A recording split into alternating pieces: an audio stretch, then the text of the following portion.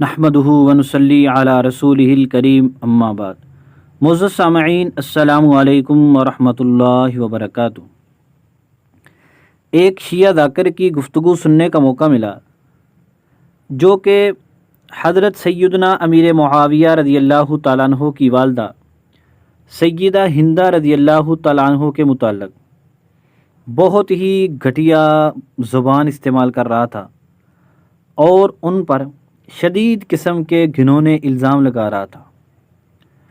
یہ لوگ ہے ہی بدبخت اور ان کا کام ہی صحابہ کرام کے متعلق اس طرح کی غلیظ گفتگو کرنا ہے۔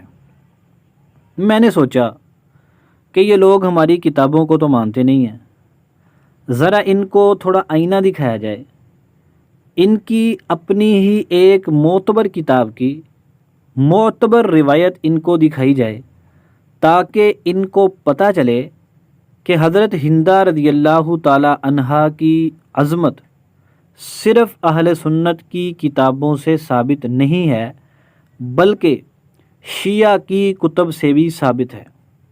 بطور نمونہ کے ایک حوالہ سنیے، انشاءاللہ ہم اپنی بات مکمل حوالہ اور مکمل پروف کے ساتھ کریں گے۔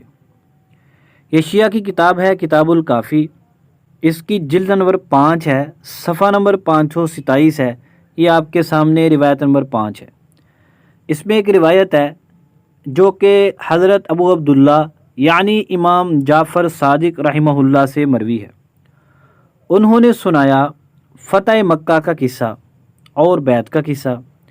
فرمایا کہ جب مکہ فتح ہوا تو مردوں نے بیعت کی، پھر عورتیں آئیں آپ صلی اللہ علیہ وسلم کی بیعت کرنے کے لیے، تو اس موقع پر ایک آیت اتری، یا ایھا النبی اذا جاءک المؤمنات یبایعنک علی الا یشرکن باللہ۔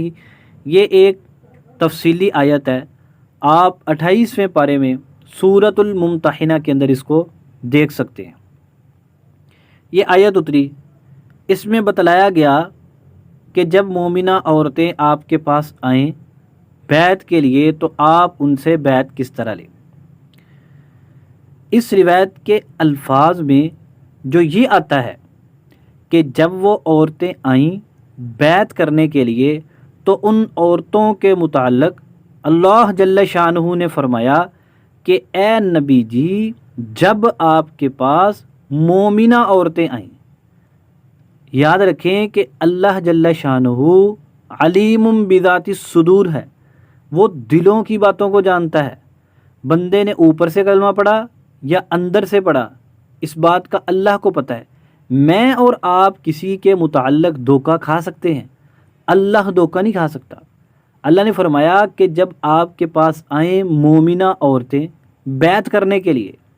اسی روایت میں آگے مذکور ہے کہ کچھ عورتوں نے بیعت کے دوران یا بیعت کے بعد آپ صلی اللہ علیہ وسلم سے کچھ گفتگو کی، ان میں حضرت ہندہ رضی اللہ تعالی عنہا کی گفتگو بھی موجود ہے اسی کتاب الکافی کی روایت کے اندر۔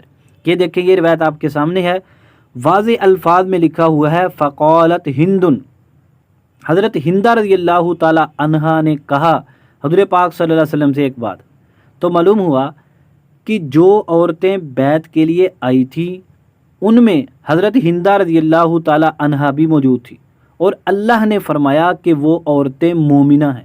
معلوم ہوا کہ حضرت ہندہ رضی اللہ تعالی عنہا اللہ جل شانہ کی نگاہوں میں مومنہ ہیں، اور جو ایمان کی حالت میں پیغمبر کی بیعت کرے، پیغمبر کی صحبت اختیار کرے اور پیغمبر کا دیدار کرے، وہ تو صحابی ہے، صحابیہ ہے، اس کی عظمت کتنی ہے۔ تو جس کو اللہ کا قرآن مومنہ کہے، جس کو اللہ مومنہ کہے، تم اس کو کیوں نہیں مانتے؟ معلوم ہوا کہ حضرت ہندہ پر تم کفر کی بات کر کے اللہ کا بھی انکار کرتے ہو، قرآن کا بھی انکار کرتے ہو، اور اپنے امام معصوم حضرت امام جعفر صادق کا بھی انکار کرتے ہو۔ یہ تینوں یعنی اللہ جل شانہ، قرآن پاک، امام جعفر صادق، تو حضرت ہندہ کو مومنہ کہیں اور تم نعوذ باللہ معاذ اللہ ان کو کافرہ کہو، تو پتہ چلا تمہارا رستہ نہ اللہ والا نہ قرآن والا نہ اہل بیت والا، تم ان کے رستے سے ہٹے ہوئے شیطان کے رستے پر چلنے والے ہو۔ دوسری بات، یہ جو روایت آپ کے سامنے پیش کی گئی ہے یہ ان کی کتاب الکافی کی روایت ہے، اس کی جلد نمبر 5 ہے، صفحہ نمبر 527 ہے، یہ عربی کتاب کا نسخہ ہے اور روایت نمبر 5 ہے، اور یہ روایت کوئی کمزور ضعیف نہیں بلکہ ان کے بڑے محقق عالم اور ان کے لیے بے شمار کتابیں لکھنے والے ملا باقر مجلسی، جن کو ہر شیعہ جانتا ہے، انہوں نے اس روایت کے متعلق لکھا۔ یہ دیکھیں، یہ لکھا ہوا ہے 5 اور اس کے سامنے لکھا ہوا ہے موثق او حسن، کہ یہ روایت قابل اعتماد ہے، حسن ہے۔ مرآت العقول جلد نمبر 25 صفحہ نمبر 358۔ اس روایت سے معلوم ہوا واضح طور پر حضرت ہندہ رضی اللہ تعالی عنہ کو اللہ جل شانہ نے مومنہ قرار دیا، اور نبی کو دیکھنے والا مومن یا مومنہ وہ صحابی ہوتے ہیں، صحابیہ ہوتے ہیں، اور ان کی عظمت شان مسلم ہے۔ اگر کوئی یہ کہے کہ حضرت ہندہ تو اسلام کی مخالف تھی، نبی پاک صلی اللہ علیہ وسلم کی مخالفت کرتی تھی، ان کی عظمت کیسے؟ یاد رکھیں کہ جب ایمان قبول کر لیا، جب اسلام لے آئیں، اور نبی علیہ السلام کا واضح ارشاد ہے صحیح مسلم میں کہ اسلام پہلے تمام گناہوں کو ختم کر دیتا ہے۔ جب اسلام گناہوں کو ختم کر دیتا ہے، اللہ جل شانہ معاف کر چکا، تو جو گناہ معاف ہو چکے، جن کو اللہ نے مٹا دیا، ان کا تانا کیسا؟ کسی کو توبہ کرنے کے بعد پہلے کیے ہوئے گناہ کا تانا دینا، یہ تو انتہائی گھٹیا حرکت ہے۔ اور ہم یہاں پر ایک بات کہتے ہیں ڈنکے کی چوٹ پر، اگر ہر تمیمی سیدنا حسین رضی اللہ تعالیٰ عنہ کی بیعت کرے، اس کے پچھلے تمام جرائم معاف ہو سکتے ہیں، تو حضرت حسین رضی اللہ تعالیٰ عنہ کے نانا حضرت محمد مصطفیٰ صلی اللہ علیہ وآلہ وسلم کی بیعت کرنے والی حضرت ہندہ کے پہلے گناہ معاف کیوں نہیں ہو سکتے؟